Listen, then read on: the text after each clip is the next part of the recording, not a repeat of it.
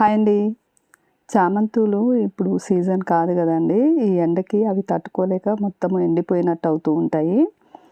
కాబట్టి వీటిని ఏవైతే ఎండిపోయిన కొమ్మలున్నాయో వాటిని కత్తిరిచ్చేసేసి, ప్రూన్ చేసేసి సెమీ షేడ్‌లో గానీ, కంప్లీట్ షేడ్‌లో గానీ పెడితే అవి మళ్ళీ ఈ ఎండలు అయిపోయిన తర్వాత మనం వర్షాకాలము బయట పెట్టుకోవచ్చు. అలాగే వాటిలో ఉన్న కటింగ్స్‌ని గూడా మనం కటింగ్స్ ద్వారా పెంచుకోవచ్చు.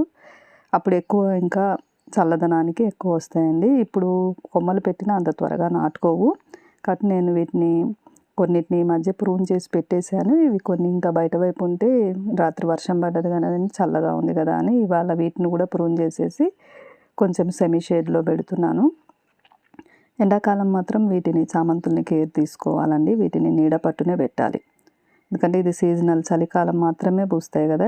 ఇవి కొన్ని మొగ్గలైతే అవి విచ్చుకోక ఎండకి చూడండి ఎలా ఎండిపోయాయో.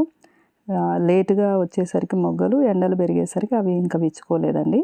వీటిని చక్కగా ప్రూన్ చేసేసి సెమీ షేడ్‌లో పూర్తి షేడ్‌లో పెట్టినా గానీ చూడండి నేను ఒక వారం 10 రోజుల ముందు చేసి పెట్టాను ఇవి కొన్నిటిని. అవి చక్కగా ఎంత గ్రీన్‌గా ఉన్నాయో చూడండి.